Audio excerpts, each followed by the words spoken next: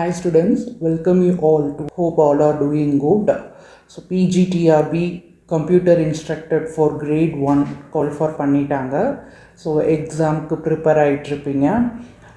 In this video we are going to have some MCQs on unit number 8 web development. Computer Science Syllabus we are going to see some of the MCQ questioners in JavaScript. Which statement is true about variables declared with let? Okay, so JavaScript variables declare பண்ற மாதிரியான statement பார்த்தோம் இதுக்கு before கொஷினில். But இங்கே என்ன சொல்லியிருக்காங்கன்னா let எப்போ எந்த வேரியபிள் வந்து லெட்டுன்னு டிக்ளேர் பண்ணுறோன்னு வைங்களேன். ஓகேவா, ஸோ அப்படி லெட் வேரியபிள் டிக்ளேர் பண்ணும்போது கொடுத்துருக்க ஸ்டேட்மெண்ட்டில் எது ட்ரூ அப்படின்னு கேட்குறாங்க. ஸோ ஜாவா ஸ்கிரிப்டில் லெட் வேரியபிள் டிக்ளேர் பண்ணலாம். ஃபர்ஸ்ட் ஆஃப் ஆல் லெட் வேரியபிள்னால் என்ன? ஓகேவா, so it is a variable. இது ஒரு வேரியபிள் தான் in order to use to hold a specific value, but it is a variable which is used in block level scope. So block லெவலில் மட்டும்தான் இந்த வேரியபிளை நம்ம யூஸ் பண்ண முடியும். இதோட ஸ்கோப் வந்து பிளாக்குள்ளார மட்டும்தான் இருக்கும். ஓகேவா, black in the sense for example இப்போ ஒரு சிம்பிள் இஃப்குள்ளார ஒரு வேரியபிள் நான் வந்து லெட்டுன்னு டிக்ளேர் பண்ணுறேன் அப்படின்னா அந்த இஃப்குள்ளார மட்டும்தான் நான் யூஸ் பண்ண முடியும். இல்லை ஒரு ஃபார்க்குள்ளார இல்லாட்டி ஏதாவது ஒரு பிளாக்னாவே நம்ம அந்த ஃப்ளவர் ப்ராக்கெட்டை ஓப்பன் பண்ணி க்ளோஸ் பண்ணி ஒரு லிஸ்ட் ஆஃப் ஸ்டேட்மெண்ட்ஸ் எழுதுவோம் இல்லையா. ஸோ இந்த லிஸ்ட் ஆஃப் ஸ்டேட்மெண்ட்ஸ்குள்ளார நான் லெட்டுன்னு ஒரு வேரியபிள் கொடுத்துட்டேன்னா outside of this block அந்த லெட் வேரியபிளை நான் யூஸ் பண்ண முடியாது, அதோட ஸ்கோப் கிடையாது. யூஸ் பண்ணேன் அப்படின்னா it will show the error. So இதுதான் வந்து லெட் வேரியபிளோட meaning. But based on this statement which is true அப்படின்னு கேட்டிருக்காங்க. ஃபர்ஸ்ட் ஸ்டேட்மெண்ட் என்னன்னா they are hoisted and initialized with undefine. இது வந்து டிக்ளேர் அண்ட் இனிஷியலைஸ்டு அன்டிஃபைன்டாக பண்ணுறோமா. They have function scope, they cannot be reassigned, they are block scope. இதில் எது correct அப்படின்னு பார்க்கும்போது இதில் நம்மளோட டெஃபினேஷன்லேயே நான் சொல்லியிருக்கேன்ல, இது என்னது பிளாக் லெவல் ஸ்கோப். ஸோ அப்போ இந்த பிளாக் லெவல் ஸ்கோப் அப்படிங்கிறது தான் correct answer. Answer is D. ஓகேவா, பட் ஹாய்ஸ்டட் அண்ட் இனிஷியலைஸ்டு வித் அன்டிஃபைன்டான்னு போகும்போது இல்லை லெட் வேரியபிள் கண்டிப்பாக நம்ம டிஃபைன் பண்ணணும். ஓகேவா, அப்போ டிஃபைன் பண்ணணும். இங்கே அன்டிஃபைன் கொடுத்துருக்காங்க, ஸோ தப்பு. அதே மாதிரி இதுக்கு ஃபங்க்ஷன் ஸ்கோப் கிடையாது, பிளாக் ஸ்கோப் தான். இப்போ ஃபங்க்ஷன் ஸ்கோப் வேறு, பிளாக் ஸ்கோப் வேறு. ஏன்னா ஃபங்க்ஷன் ஸ்கோப்பும் ஃபங்க்ஷனுமே ஒரு செல்ஃப் கண்டெய்ன்டு பிளாக் தானே அப்படின்னு நீங்கள் யோசிக்கலாம். இப்போ ஒரு ஃபங்க்ஷனுக்குள்ளார நான் சப் ஃபங்க்ஷன் எழுதுறேன்னு வைங்களேன், அந்த சப் ஃபங்க்ஷனில் அந்த ஃபங்க்ஷன் வேரியபிள் யூஸ் பண்ணலாம். ஓகேவா, ஃபங்க்ஷனில் யூஸ் பண்ணுறது லோக்கல் வேரியபிள்னு தான் சொல்லுவோம். ஓகே, ஸோ அந்த லோக்கல் வேரியபிள் சப் ஃபங்க்ஷனில் யூஸ் பண்ணிக்கலாம், பட் ஃபங்க்ஷனுக்கு வெளியே யூஸ் பண்ண முடியாது. ஃபங்க்ஷன் ஸ்கோப்புக்கும் பிளாக் ஸ்கோப்புக்கும் வித்தியாசம் இருக்குது. அப்போ இதுவும் கிடையாது. தென் இட் கேனாட் பி ரீஅசைன்ட் அப்படிங்கிறாங்க. Actually it can be reassign பண்ணிக்கலாம். ஓகேவா, so these three R wrong answer. Answer D will be the correct answer. So variables declared with let or black scoping, meaning only accessible within the black where it is defined. So இது வந்து hoisted but not initialized. So hoisted so accessing them before declaration causes a reference error. Actually இதை நம்ம declare பண்ணி நம்ம வந்து initialise பண்ணாமல் விடலாம், but declaration கண்டிப்பாக பண்ணணும். லெட் அப்படின்னு கொடுத்து வேரியபிள் நேம் கொடுத்து அதுக்கப்புறம் வேல்யூவை நம்ம டிஃபைன் பண்ணணும். ஓகேவா, பிஃபோர் டிக்ளரேஷன் பண்ணாமல் இதை நீங்கள் யூஸ் பண்ணிங்கன்னா எனக்கு வந்து ரெஃபரன்ஸ் எரர் காமிக்கும். Then black scope function scope கிடையாது. தென் ரீஅசைன் பண்ணிக்கலாம். கான்ஸ்ட் மாதிரி, கான்ஸ்டன்ட்னா நம்ம எப்படி வேல்யூவை சேஞ்ச் பண்ண முடியாதுன்னு சொன்னோம் இல்லையா, அது மாதிரி இல்லாமல் இதுவும் ஒரு வேரியபிள் தான், வேல்யூஸ் வந்து ரீஅசைன் பண்ணிக்கிட்டே இருக்கலாம். ஓகேவா, இங்கே ஒரு எக்ஸாம்பிள் கொடுத்துருக்காங்க. ஸோ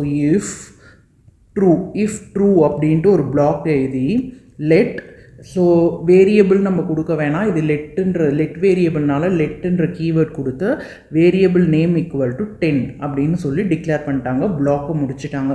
இப்போ பிளாக்குக்கு வெளியே நான் என்ன பண்ணுறேன், கன்சோலில் போய் இதை நான் வந்து பிரிண்ட் பண்ண ட்ரை பண்ணுறேன். பட் எக்ஸ் வேரியபிள் அப்படிங்கிறது லெட் வேரியபிள்னால இந்த கன்சோல் டாட் லாக் இஃப்குள்ளார எழுதியிருந்தீங்கன்னா பிரிண்ட் ஆகிருக்கும், பட் இஃப்க்கு வெளியே எழுதியிருக்கனால ரெஃபரன்ஸ் எரர் காமிக்கும். புரியுதா என்ன உங்களுக்கு கிளியராக லெட் வேரியபிளுக்கும் நார்மல் வேரியபிளுக்கும். இதுவே நான் லெட் கொடுக்காம நார்மலாக கொடுத்துருந்தானா எனக்கு எரர் வந்திருக்காது. ஓகேவா? ஸோ அப்போது this is a black level scope. Next, match the HTML tags with their purpose. So in HTML there are several number of tags. ஒவ்வொரு டேகுக்கும் ஒவ்வொரு விதமான மீனிங் இருக்குது, நீங்கள் ஆல்ரெடி படிச்சிருப்பீங்க. ஸோ இதில் சம் ஆஃப் தி டேக்ஸ் கொடுத்துருக்காங்க. அந்த டேகோட பர்பஸ் என்ன? ஆக்சுவலி ப்ரீ டேக் எங்கே யூஸ் பண்ணுவோம் ஞாபகம் இருக்கா? ஸோ ப்ரீ டேக் அப்படின்ற டேக் என்ன பண்ணும் அப்படின்னு பார்த்தீங்கன்னா, so what are all the text you are typing inside a pre take, open and close pre take, அது அப்படியே எனக்கு பிரிண்ட் ஆகும். For example, I am typing it is a variable அப்படின்னு கொடுத்து ஸ்பேஸ் கொடுத்தோ இல்லை நெக்ஸ்ட் லைனில் போயோ நாட் இனிஷியலைஸ்ட் அப்படின்னு ஏதாவது ஒரு ஸ்டேட்மெண்ட்டை கொடுத்து ஏதாவது ஒரு சிம்பிளை கொடுத்து, ஸோ நீங்கள் என்ன ஸ்பேஸ் கொடுக்குறீங்க, என்ன நெக்ஸ்ட்டு கொடுக்குறீங்க, என்ன டேப் ஸ்பேஸ் கொடுக்குறீங்களா, any kind of symbols you are using, அதை அப்படியே எடுத்து பிரிண்ட் பண்ணுறது, அப்படியே எடுத்து ப்ரௌசர் விண்டோவில் டிஸ்பிளே பண்ணி காமிக்கிறது ப்ரீ டேக். ஓகேவா? So displays text exactly as type with space and line breaks என்னென்ன இருக்கோ எல்லாம் ப்ரிசர்வ் பண்ணி பண்ணுறது, அதுதான் ப்ரீ டேக். ஸோ அப்போது ஏக்கு ஆன்சர் 4. நெக்ஸ்ட் கேப்ஷன் வந்து நம்ம இது டேபிள் டேக்கில் யூஸ் பண்ணுவோம், டேபிள் க்ரியேஷனில். ஸோ டேபிளில் எனக்கு ஃபீல்டு நேமை கொடுக்கறது இந்த கேப்ஷனில் தான் கொடுப்போம். அப்போது it provides title for the table. அப்போ கேப்ஷன் பிக்கு வந்து 1. அடுத்து ஐஃப்ரேம் டேக் என்ன பண்ணுவோம் அப்படின்னு பார்த்தீங்கன்னா, ஒரு வெப்பேஜ்குள்ளார இன்னொரு வெப்பேஜை வந்து ஜாயின் பண்ணுறது இல்லை எம்பர்ட் பண்ணுறது. ஓகேவா? ஃபார் எக்ஸாம்பிள், இப்போது நீங்கள் நிறையா வெப்சைட்ஸ் ஓப்பன் பண்ணியிருப்பீங்க. ஸோ இப்போது ஒரு வெப்சைட் ஓப்பன் பண்ணுறீங்க, அந்த வெப்சைட்டில் ஒரு சின்ன ஒரு ஃப்ரேம் பாக்ஸ் மாதிரி ஒன்று இருந்தால் அந்த ஃப்ரேம் பாக்ஸ்குள்ளார இன்னொரு வெப்பேஜ் கண்டென்ட் டிஸ்பிளே ஆகுதுன்னா, so that is called as a iframe. So அந்த ஐஃப்ரேம் என்ன பண்ணுன்னா, எம்பர்ட்ஸ் அனதர் வெப்பேஜ், ஒரு வெப்பேஜில் இன்னொரு வெப்பேஜை ஆட் பண்ணும் ஒரு எம்பர்ட் பண்ணும். ஓகே. அடுத்து செலக்ட் என்ன பண்ணுன்னா, ஒரு லிஸ்ட் ஆஃப் வேல்யூஸை நீங்கள் வந்து டிஸ்பிளே பண்ணுறதுக்கு அதில் ஒன் ஆஃப் தி வேல்யூவை செலக்ட் பண்ணுறதுக்கு you are using select tag. So drop down list. அப்போ டிக்கு 3. So answer A for 4, A4, B1, C2, D3. So answer D is the correct answer. ஓகேவா? ஸோ இதோட மீனிங் அண்ட் பர்பஸ் இது நம்ம டைரெக்டாக தான் சொல்லணும். ஸோ ஒவ்வொன்றோட மீனிங் அண்ட் டைரக்ட் பர்பஸ் என்னங்கிறத எக்ஸ்ப்ளனேஷனாக கொடுத்துருக்காங்க. ஸோ இது வந்து ப்ரீஃபார்மேட்டட் டேக் அப்படின்னு சொல்லுவோம். ப்ரீஃபார்மேட்டட் டேக் அப்படின்னா எல்லாமே எடுத்துக்கும். இப்போ நார்மலாக நான் ப்ரீஃபார்மேட்டட் டேக் இல்லாமல் பேராகிராஃப் டேக்கில் நான் இப்போ டைப் பண்ணுறேன்னு வைங்க. முன்னாடி நான் டைப் பண்ணது இட் இஸ் அ வேரியபிள், 2 லைன்ஸ்லேயே டைப் பண்ணுறேன், it is a variable not initialized அப்படின்னு நான் வந்து ஒரு லைனை டைப் பண்ணி பேராகிராஃப் டேக்கை க்ளோஸ் பண்ணிவிட்டு இதை நான் ரன் பண்ணேன்னா எனக்கு ஒரே லைனில் தான் பிரிண்ட் ஆகும். ஸோ என்னென்ன ஸ்பேஸ் கொடுத்துருந்தாலும் சரி, நெக்ஸ்ட் லைன் கொடுத்துருந்தாலும் சரி, எனக்கு வந்து அது ஃபார்மேட்டிங்காக எடுத்துக்காது. வேறஸ் இது பேராகிராஃப்க்கு டைப் இதில் ப்ரீஃபார்மேட்டட் அப்படின்ற டேக் யூஸ் பண்ணனா நீங்கள் என்ன கொடுத்துருக்கீங்களோ அதை அப்படியே ப்ரிசர்வ் பண்ணி அப்படியே டிஸ்பிளே பண்ணி காமிக்கும். ஓகேவா? கேப்ஷன் அப்படிங்கிறது title for the table. So டேபிளோட டேபிள் டேக்குக்கு அப்புறம் இம்மீடியட்டாக கொடுக்கறது கேப்ஷன் தான். ஸோ இந்த கேப்ஷன்னா என்ன ஆகும்னா, ஸோ ஃபஸ்ட்டு டேபிளில் இருக்க ஃபஸ்ட்டு காலம்க்கு நான் ஒரு ஃபீல்டு நேம் கொடுக்குறேன். இங்கே நான் என்னென்னு கொடுத்துருக்கேன், ஸ்டூடெண்ட் மார்க். அப்போ ஸ்டூடெண்ட் மார்க்குன்னு எனக்கு ஃபீல்டு நேம் செட் ஆகும். ஓகே. ஸோ ஐஃப்ரேம் என்ன பண்ணும் அப்படின்னா, அனதர் HTML பேஜை கரண்ட் பேஜில் எம்பர்ட் பண்ணும். ஸோ எகெயின் நான் ஒரு பேஜை வந்து லிங்க் பண்ணணுன்னாவே நான் சோர்ஸ் தான் யூஸ் பண்ணுவேன். சோர்ஸுன்ற ஆட்ரிபியூட்டில் என்ன பேஜை லிங்க் பண்ணுறீங்களோ அந்த பேஜு. ஸோ அதுக்கு நீங்கள் வித்து ஹைட்டு ஸ்பெசிஃபை பண்ணிக்கலாம். ஏன்னா உங்களோட கரண்ட் வெப் பேஜில் இன்னொரு பேஜ் லோட் பண்ணுறது ஒரு பர்டிகுலர் ஸ்மால் பிளேஸில் தான்னா இதோட விட்டையும் ஹைட்டையும் நீங்கள் ஆட்ரிபியூட் கொடுத்து you have to give. Okay. அடுத்து செலக்ட்டுங்கிறது ட்ராப் டவுன் லிஸ்ட்டு. அதாவது ஆப்ஷன்ஸ் எல்லாமே நிறைய ஆப்ஷன்ஸ் இருந்தால் அதில் ஏதாவது ஒரு ஆப்ஷன் செலக்ட் பண்ணுறதுக்கு. ஓகேவா? ஸோ அதுக்கு நீங்கள் யூஸ் பண்ணுறது தான் இந்த செலக்ட் டேக். ஸோ அந்த செலக்ட் டேக்குள்ளார என்னென்ன ஆப்ஷன்ஸ் நீங்கள் கொடுக்கணுமோ அதை ஆப்ஷன் டேக் மூலியமாக கொடுத்து நீங்கள் அதை யூஸ் பண்ணிக்கலாம். ஓகேவா? Next, which statement about confirm in JavaScript is correct? Okay, so in JavaScript we are having several predefined functions. So on the predefined functions conform அப்படின்ற function வந்து என்ன அப்படிங்கிறது கேட்குறாங்க. அது எது கரெக்ட் அப்படிங்கிறது கேட்குறாங்க. ஆக்சுவலி conform அப்படின்ற ஃபங்க்ஷனோட மீனிங்கே என்னன்னா used to check or verify correct or not, or else true or not. So confirm illaya அப்படிங்கிற it has only two possible options or outcomes மட்டும்தான் இருக்கும். ஸோ அந்த டூ அவுட்கம்ஸுமே என்ன அப்படின்னு பார்த்தீங்கன்னா கன்ஃபார்ம்க்கு ஆக்சுவலி ஓகே கேன்சல் அதுதான். ஓகேவா, இதோட ப்ரீடிஃபைன்டு ஸ்ட்ரக்சரோட டேர்மே ஓகே கேன்சல். இப்போ ட்ரூ ஆர் நாட்னு சொல்கிறேன் இல்லையா, so true means okay, falls means cancel அப்படிங்கிற மீனிங், அவ்வளோதான். ஸோ எங்கே நீங்கள் கன்ஃபார்ம்னு யூஸ் பண்ணுறீங்களோ இந்த கன்ஃபார்ம்ன்ற இடத்துல எனக்கு கண்டிப்பாக ரெண்டு ஆப்ஷன் ஆஃப் அவுட்புட் வரும். It returns true, always returns ட்ரூவா இல்லை, it returns true if okay is clicked, false if cancel is clicked. Actually this one is right. Okay, it returns the text entered by the user. No, text entered by the user na adukku text box irukku. It halts JavaScript execution permanently. Actually idhum kadiyadu. Halt அப்படினா என்ன அர்த்தம்னா pass பண்ணி வைக்கிறது. இதுவும் actually pass பண்ணி வைக்கும். ஏன்னா user ஓகேவோ இல்லை கேன்சலோ கிளிக் பண்ணுற வரைக்கும் இந்த கன்ஃபார்ம்ன்ற ஃபங்க்ஷன் வந்து எந்த ஒரு வேல்யூ ரிட்டர்ன் பண்ணாது. பட் அது டெம்ப்ரரியாக தான் ஹால்ட் பண்ணுமே ஒழிய பர்மனெண்ட்டாக கிடையாது. ஸோ அதனால் டியும் கிடையாது. Answer is B. Okay, so confirm in JavaScript display ஒரு டயலாக் பாக்ஸ் டிஸ்பிளே பண்ணும். ஸோ அதில் ஓகே கேன்சல்னு ரெண்டு பட்டன் இருக்கும். So it execution passes until user response. So ட்ரூனா ஓகே கொடுப்போம், கேன்சல் கொடுத்தோன்னா அது ஃபால்ஸ்ன்னு ரிட்டர்ன் ஆகும். ஓகே, ஸோ இங்கே ஒரு ஜாவாஸ்கிரிப்ட் கொடுத்துருக்காங்க பாருங்கள். இஃப் ஸ்டேட்மெண்ட்டில் இஃப் கன்ஃபார்ம்ட் அப்படின்ற ஃபங்க்ஷனுக்குள்ளார ஒரு ஸ்டேட்மெண்ட் கொடுத்துருக்கேன். To you want to proceed அப்படின்னு டபுள் கோட்ஸில் நான் கொடுத்துருக்கேன். அந்த ஸ்ட்ரிங் அப்படியே டிஸ்பிளே ஆகும். ஸோ இப்போ நான் வந்து to you want to proceed ஆமாம் அப்படிங்கும் போது console.log யூசர் கிளிக்டு ஓகேன்னு அர்த்தம். அப்படி இல்லைன்னா எல்ஸ் பார்ட்டுக்கு போய் யூசர் கிளிக்டு கேன்சல் அப்படின்னு அர்த்தம். Okay, so other options not always true, this from not confirmed and only passes until the response not permanently. permanent-ஆ கிடையாது, டெம்ப்ரரியாக தான் பண்ணும். தென் அதுக்கப்புறம் ப்ராம்ப்ட் வந்து not confirm, it returns text கிடையாது இது. ஓகேவா, இது வந்து ப்ராம்ப்டோ இல்லை நாட் கன்ஃபார்மோ கிடையாது. This is a confirm function. Prompt and not confirm ஃபங்க்ஷனில் வேணால் டெக்ஸ்ட் அப்படியே எனக்கு யூசர் என்டர் பண்ணுற டெக்ஸ்ட் அப்படியே இதாகலாம். பட் இங்கே வந்து ஓகே கேன்சல் அப்படிங்கிறது தான் வரும். ஓகேவா, next what will be the output of the following JavaScript?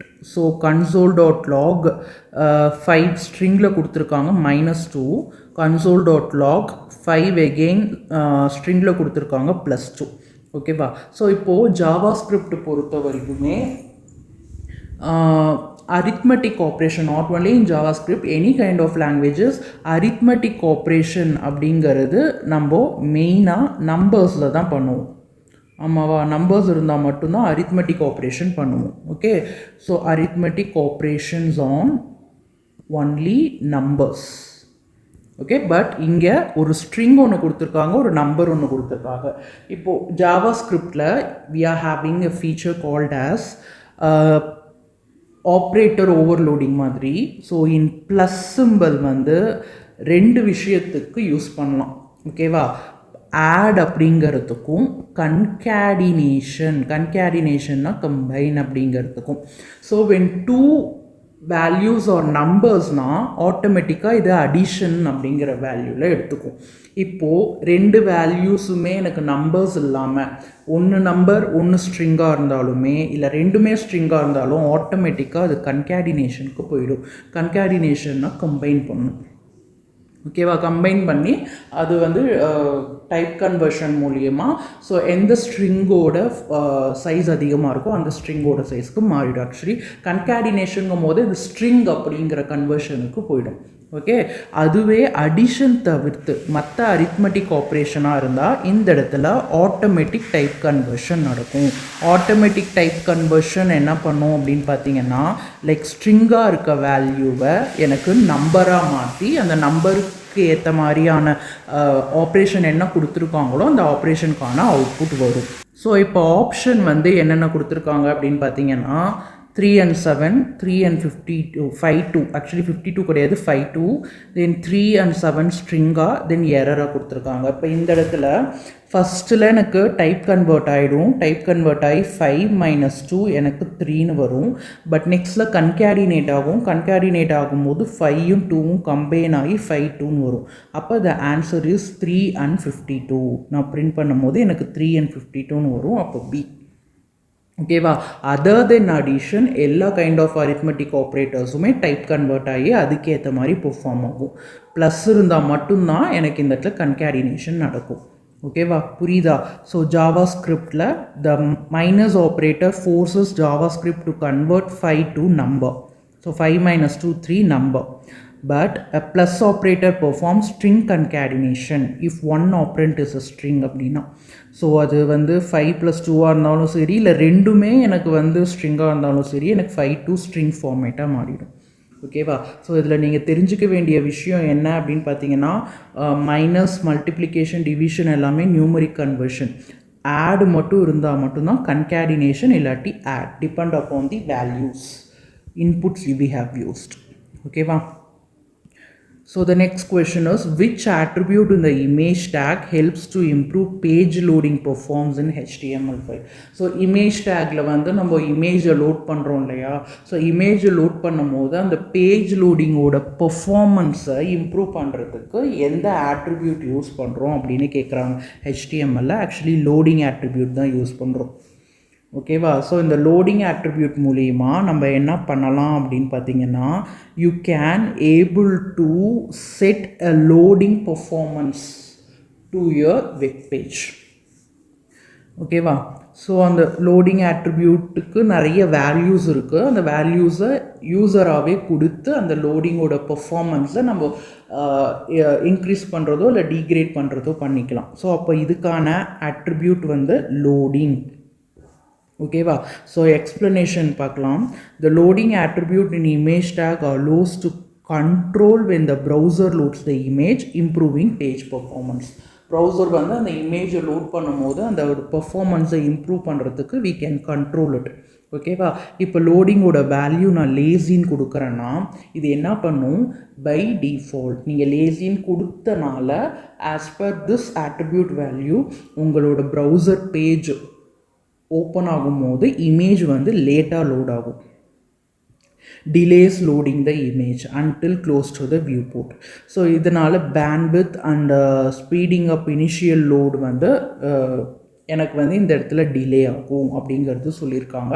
இது நம்ம எப்படி கொடுக்கலாம்னா, இமேஜ் டேக்கில் ஆல்ட் சோர்ஸ் ஆட்ரிபியூட்டை எதுக்கும் தெரியும், அடுத்து லோடிங் ஆட்ரிபியூட் கொடுத்து லேசி அப்படிங்கிறது கொடுக்கலாம். ஓகே, இதுக்கு அதர் வேல்யூஸ் கொடுத்துருக்காங்க இல்லையா? இந்த சோர்ஸ் செட் அப்படிங்கிறது எதுக்குன்னு பார்த்தீங்கன்னா லேசி லோடிங் கிடையாது, ரெஸ்பான்சிவ் இமேஜுக்கு.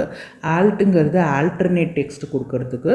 டிஃபர் அப்படிங்கிறது இது வந்து ஸ்கிரிப்ட் டேக்கில் ஒர்க் ஆகும், இமேஜ் டேக்கில் கிடையாது. டிஃபர் அப்படின்ற ஆட்ரிபியூட் வந்து ஸ்கிரிப்ட் டேக்குக்கு, ஜாவா ஸ்கிரிப்ட் டேக்குக்கு. ஓகேவா? So what is the correct order of CSS specify from lowest to highest? இதே question நம்ம முன்னாடி பார்த்தோம். எந்த ஒரு பர்டிகுலர் எலிமெண்ட் ஆஃப் ஸ்டைலுக்கு நமக்கு ஹையஸ்ட் ப்ரையாரிட்டி இருக்குது, எதுக்கு லோவஸ்ட் ப்ரையாரிட்டி இருக்குது? இருக்கிறதுலேயே ஹையஸ்ட் ப்ரையாரிட்டி எதுக்கு நம்ம பார்த்தோம்? இன்லைன் ஸ்டைலுக்கு தான். இங்கே அவங்க லோவஸ்ட் டு ஹையஸ்ட் தான் கேட்டிருக்காங்க. எஸ், கொஷனை புரிஞ்சுக்கோங்க. ஹையஸ்ட் டு லோவஸ்ட் கிடையாது, லோவஸ்ட் டு ஹையஸ்ட். அப்போ லோவஸ்ட் டு ஹையஸ்ட் இருக்கிறதே ஹையஸ்ட் இன்லைன் தான். ஸோ 3 ஆப்ஷனில் இன்லைன் இருக்குது. இன்லைனுக்கு முன்னாடி எந்த பர்டிகுலர் செலக்டாருக்கு இருக்குன்னா ID selector, then class selector, அதுக்கப்புறம் தான் element selector. Option is B. So இந்த இடத்துல ஐடி செலக்டார் அப்படிங்கிறது என்ன அப்படின்னு பார்த்தீங்கன்னா, it's nothing but a internal selector. ID செலக்டாருங்கிறது இன்டர்னல் செலக்டார், கிளாஸ் செலக்டாருங்கிறது எக்ஸ்டர்னல் செலக்டார். ஸோ அந்த கிளாஸ் செலக்டாருக்கு முன்னாடி தான் நம்ம டாட் போட்டு அந்த ஸ்டைலை நம்ம எழுதுவோம். இதுக்கு முன்னாடி நம்ம பாக்ஸுன்னு ஒரு எக்ஸாம்பிள் பார்த்தோம், ஞாபகம் இருக்கா? டாட் பாக்ஸ் அப்படின்னு போட்டு, ஸோ ஃப்ளவர் ப்ராக்கெட்குள்ளார பார்டர் வந்து 10 பிக்சல் அப்படின்னு சொல்லி ஒரு ஸ்டைல் எழுதியிருந்தோம் இல்லையா, இதை அவுட் சைட் தி ஹெச்டிஎம்எல்ல தான் எழுதியிருப்போம். ஸோ இந்த மாதிரி டாட் வச்சு வர்றது கிளாஸ் செலக்டர், அதுதான் எக்ஸ்டர்னல்னு சொல்கிறோம். இதுவே ஐடினா இன்டர்னல், இன்லைன்னா என்னன்னு உங்களுக்கு தெரியும். அடுத்து எலிமெண்ட் செலக்டர். அப்போ லோவஸ்ட் டு ஹையஸ்ட்டுங்கும் போது பி தான் கரெக்ட் ஆன்சர். ஓகேவா? So element selector is a lowest specificity. Class selector அப்படிங்கிறது இந்த டாட் பாக்ஸ் டாட் ஆக்டிவ் அப்படின்னு எழுதுறது. ஐடி வந்து நம்ம ஆஷ் யூஸ் பண்ணி பண்ணுவோம். ஸோ மோர் ஸ்பெசிஃபிக் தென் கிளாஸ். இன்லைன் செலக்டருங்கிறது அந்த பர்டிகுலர் ஸ்பெசிஃபிக் எலிமெண்ட்குள்ளார நம்ம எழுதுறது. ஓகேவா? ஸோ இதுக்கான ஒரு எக்ஸாம்பிள் இங்கே கொடுத்துருக்காங்க. ஸோ ஒரு ஹெச்டிஎம்எல் ஃபைலில் பேராகிராஃபில் ID demo class highlight style colour dot ப்ளூன்னு கொடுத்து ஹெல்லோன்னு சொல்லி கொடுத்துருக்கேன். ஓகேவா? ஸோ இது வந்து இன்லைன் செலக்டர். ஏன்னா இந்த ஸ்டைலுன்ற ஆட்ரிபியூட் பேராகிராஃப் டேக்குள்ளாரையே எழுதியிருக்கேன். ஸோ கலர் வந்து எதில் இருக்கணும்னு சொல்லியிருக்கேன், ப்ளூவில் இருக்கணும்னு சொல்லியிருக்கேன். ஓகேவா? அப்போ கலர் ப்ளூவில் இந்த ஹெல்லோன்றது எனக்கு ப்ளூ கலரில் ஹைலைட் ஆகிருக்கும் இந்த ஸ்பெசிஃபிக் எலிமெண்ட்டுக்கு மட்டும். அடுத்து என்ன பண்ணியிருக்கேன் அப்படின்னா ஒரு சிஎஸ்எஸ் ஸ்டைல் க்ரியேட் பண்ணியிருக்கேன். ஸோ அதே paragraph P element selector P பேராகிராஃப்க்கு கலர் ரெட்டுன்னு கொடுத்துருக்கேன். ஆக்சுவலி இது கலர் ரெட் அப்படிங்கிறது எனக்கு இந்த கிளாஸ் ஹெல்லோக்கு இல்லாமல் அதர் பேராகிராஃப் நீங்கள் ஏதாவது யூஸ் பண்ணியிருந்தீங்கன்னா அதுக்கு வரும். ஓகேவா? அடுத்து கிளாஸ் செலக்டர் அப்படின்னா டாட் வச்சு ஹைலைட் க்ரீன் கலரில் ஹைலைட் பண்ணணும். அதுவே ஐடி செலக்டர்னால் ஹேஷ்டேக் யூஸ் பண்ணி நீங்கள் பண்ணணும், அது ஐடி செலக்டர். ஓகேவா? இதில் ஃபைனல் கலர் எனக்கு என்ன வரும்னா ப்ளூ தான் வரும். நான் அந்த பேராகிராஃப்க்கு ரெட்டு க்ரீனு ஆரஞ்சு ப்ளூன்னு எல்லாமே கொடுத்துருக்கேன். பட் எனக்கு பேராகிராஃப் அப்படின்ற எலிமெண்ட்டுக்கு ஆஸ் பர் தி ப்ரையாரிட்டி எனக்கு இன்லைன் செலக்டருக்கு தான் ஹையஸ்ட் ப்ரெசிடென்ஸ்னால ப்ளூ கலரில் மட்டும்தான் எனக்கு டிஸ்பிளே ஆகும். புரியுதா? ஓகேவா? ஸோ அவங்க கேட்டிருக்கிறது ஆர்டர் மட்டும்தான் கேட்டிருக்காங்க. நீங்கள் ஆர்டர் மட்டும் தெரிஞ்சுக்கோங்க. இது எல்லாமே ஒரு அடிஷ்னல் எக்ஸ்ப்ளனேஷன் தான். So next question. Which CSS pseudo class is used to style a link when the user mouse hovers over it? ஓகேவா? ஃபர்ஸ்ட் ஆஃப் ஆல் ஹாவர் அப்படின்னா என்ன? ஹாவர் அப்படிங்கிறது it's one of the pseudo class. It's one of the class. So it styles the element when mouse pointers moves over it. ஓகேவா? It is one of the styling element, one of the pseudo class. So இது என்ன பண்ணுன்னா it is used to style any element. நீங்கள் எந்த எலிமெண்ட்டுக்கு இது கொடுத்துருக்கீங்களோ அந்த எலிமெண்ட்டை style பண்ணும் when mouse pointer. எப்போ அப்படின்னா when the mouse pointer hovers on it or mouse pointer pointing on it. Mouse pointer move பண்ணி அந்த பர்டிகுலர் எலிமெண்ட் மேலே வைக்கும் போது நமக்கு அந்த ஸ்டைல்ஸ் அப்ளை ஆகும். ஓகேவா? அதுக்கு பேர் தான் ஹாவர்ஸ் அப்படின்றாங்க. ஓகேவா? ஸோ சிஎஸ்எஸில் இது வந்து pseudo classன்னு சொல்கிறோம். Use to style a link when user. அதுக்கு நம்ம என்ன கிளாஸ் யூஸ் பண்ணுறோம், which CSS pseudo class use பண்ணுறோம்னா :hover பி தான் யூஸ் பண்ணுறோம். ஓகேவா? ஸோ இந்த :hover என்ன பண்ணும் அப்படின்னு பார்த்தீங்கன்னா styles when mouse pointer is placed over the element, commonly used for link, button, menus, எதுக்கு வேணால் யூஸ் பண்ணலாம். பாருங்கள், இங்கே நான் க்ரியேட் பண்ணியிருக்கேன். A for anchor tag. So hover create பண்ணியிருக்கேன். Colour red, text decoration underline. ஓகேவா? ஸோ இந்த இடத்துல ஹாவர் அப்படின்ற கிளாஸ்க்குள்ளார ஆட்ரிபியூட்ஸ் கொடுத்துருக்கேன். கலர் ரெட்டில் இருக்கணும், டெக்ஸ்ட்டு வந்து அண்டர்லைன் ஆகிருக்கணும். ஸோ அப்போ நான் வந்து ஒரு லிங்க்கை க்ரியேட் பண்ணுறேன் ஆங்கர் டேக் மூலிமா. ஸோ அந்த லிங்க் மேலே நான் மவுஸை மூவ் பண்ணும்போது எனக்கு அது ரெட்டாகவும் அண்டர்லைனாகவும் மாறணும். அதுதான் நான் இங்கே எழுதியிருக்கிறது. ஓகேவா? ஸோ அதர் ஆப்ஷன் என்ன கொடுத்துருக்காங்க, லிங்க்கு. ஸோ லிங்க்கு வந்து நம்ம எதுக்கு யூஸ் பண்ணுவோம்னு பார்த்தீங்கன்னா பிஃபோர் விசிட்டட் எப்படி இருக்கணும்னு சொல்கிறது. அடுத்து விசிட்டட் அப்படிங்கிறது ஆஃப்டர் விசிட்டட் எப்படி அந்த டெக்ஸ்ட்டு டிஸ்பிளே ஆகணுங்கிறது. அடுத்து ஃபோக்கஸ் அப்படிங்கிறது நம்ம கீபோர்ட் மூலியமாக நம்ம டேப் யூஸ் பண்ணி மூவ் பண்ணுறோம் இல்லையா கண்ட்ரோலை, அப்போது எனக்கு என்ன மாதிரியான ஸ்டைல்ஸ் இருக்கணுங்கிறது. ஸோ மொத்தம் 3 விதமான வேல்யூ இருக்குது. அது ஒவ்வொன்றுக்கு. பட் நம்ம மவுஸ் மூவ் பண்ணும்போது மவுஸை மூவ் பண்ணும்போது எனக்கு ஹைலைட்டிங் ஸ்டைல் கொடுக்கணுன்னா அது ஹாவர் அப்படிங்கிறது வச்சு தான் கொடுப்போம். ஓகேவா? ஸோ ஒவ்வொன்றுக்கும் ஒவ்வொரு மீனிங் இருக்குது. புரிஞ்சுதா? Okay, next question. What is the output of the following JavaScript? Again, JavaScript output என்ன அப்படிங்கிறது கேட்குறாங்க. ஸோ வேரியபிள் எக்ஸ் 0.1 + 0.2 ரெண்டுமே வந்து decimal value but number. So நம்பருக்கும் போது எனக்கு அடிஷனாக தான் பெர்ஃபார்ம் ஆகும். ஸோ அடுத்து எக்ஸோட வேல்யூவில் 0.3 அப்படிங்கிறது தான் இருக்கும். ஸோ இந்த எக்ஸோட வேல்யூ ஈக்குவல் டு 0.3 அப்படிங்கிறது நம்ம கேட்குறோம். ஸோ ஈக்குவல் டுனா வேல்யூ செக் பண்ணால் போதும். Value is comparing here. So type எல்லாம் கம்பேர் பண்ண வேண்டியதில்லை. ஸோ வேல்யூ கம்பேர் பண்ணும்போது ஈக்குவல் டுவாக கேட்குறோம். பட் நார்மலாக நம்ம என்ன நினைப்போம், 0.3 தான் ஆன்சர் வந்திருக்கும். Equal to 0.3. அப்போ ஆன்சர் இஸ் ட்ரூ அப்படின்னு நினைப்போம். ஆக்சுவலி இந்த இடத்துல answer is not true. Because in JavaScript numbers எல்லாமே IEEE 754 double precision floating point ரெப்ரசன்டேஷனில் தான் இருக்கும். நம்மளோட floating point value IEEE 754 double precision floating point. So இங்கே வந்து some of the decimal values வந்து நம்ம எக்ஸாக்டாக பைனரியில் ரெப்ரசன்ட் பண்ண முடியாது. அதனால் இந்த இடத்துல ரவுண்டிங் ஆப்ஷன்ஸ் பண்ணுவோம். ஓகேவா? நார்மலாக இந்த ஃப்ளோட்டிங் பாயிண்ட்டை நமக்கு ஆட் பண்ணால் கிடைக்கக்கூடிய value 0.3. How many zeros here? 1, 2, 3, 4, 5, 6, 7, 8, 9, 10, 11, 12, 13, 14, 15, 16. 16 digits after the decimal point varum. But after the 16 digit, 4 will be the round off value. Okay va? So 0.3 0.3000 equal kadayadu. So appo it returns false. It's not equal, it returns false. So the answer is false. For decimal comparison, use tolerance check. So tolerance check use பண்ணி நம்ம என்ன பண்ணலாம் அப்படின்னா டெசிமலை compare பண்ணிக்கலாம். ஓகேவா? So அதுக்கு maths of அப்சல்யூட்னா round of பண்ணி அதில் எனக்கு டிஃப்ரென்சஸ் கண்டுபிடிச்சி டிஃப்ரென்சஸ் 0வாக இருந்தால் ஈக்குவல், 0வாக இல்லைனா நாட் ஈக்குவல் அப்படிங்கிறத நம்ம ஐடென்டிஃபை பண்ணோம். So when JavaScript is used to have a decimal arithmetic operations இருந்தது அப்படின்னா you have to follow this rule. Okay va? So the next question is, which JavaScript operator is used to check both value and type equality? And the operator adha நம்ம already பார்த்துட்டோமே, strict equality operator. Double equal to loose equality operator, equal to assignment. So this is a referring operator. So ஒவ்வொரு ஆப்ரேட்டருக்கு ஒவ்வொரு meaning இருக்குது. So strict equality operator தான் both value and type check பண்ணும். ஓகேவா? So strict equality operator. So loose equality, assignment operator, arrow function syntax, not comparison. அதுக்கான meaning கொடுத்துருக்காங்க. ஓகேவா? So the next question is, in JavaScript what will happen if you declare two variables with the same name using var keyword in the same function scope?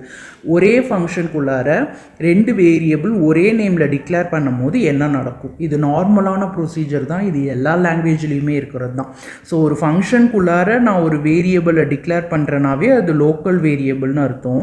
So first ஒரு variable ஏவோட value 10ன்னு கொடுத்தா அடுத்த வேரியபிளும் same ஏவோட value நான் 15 கொடுக்குறேன். அதே function ஸ்கோப்புக்குள்ளாரங்கும் போது என்ன நடக்கும்? ஆட்டோமேட்டிக்காக இந்த ஏவோட வேல்யூ ஓவர் ரைட் ஆகும்.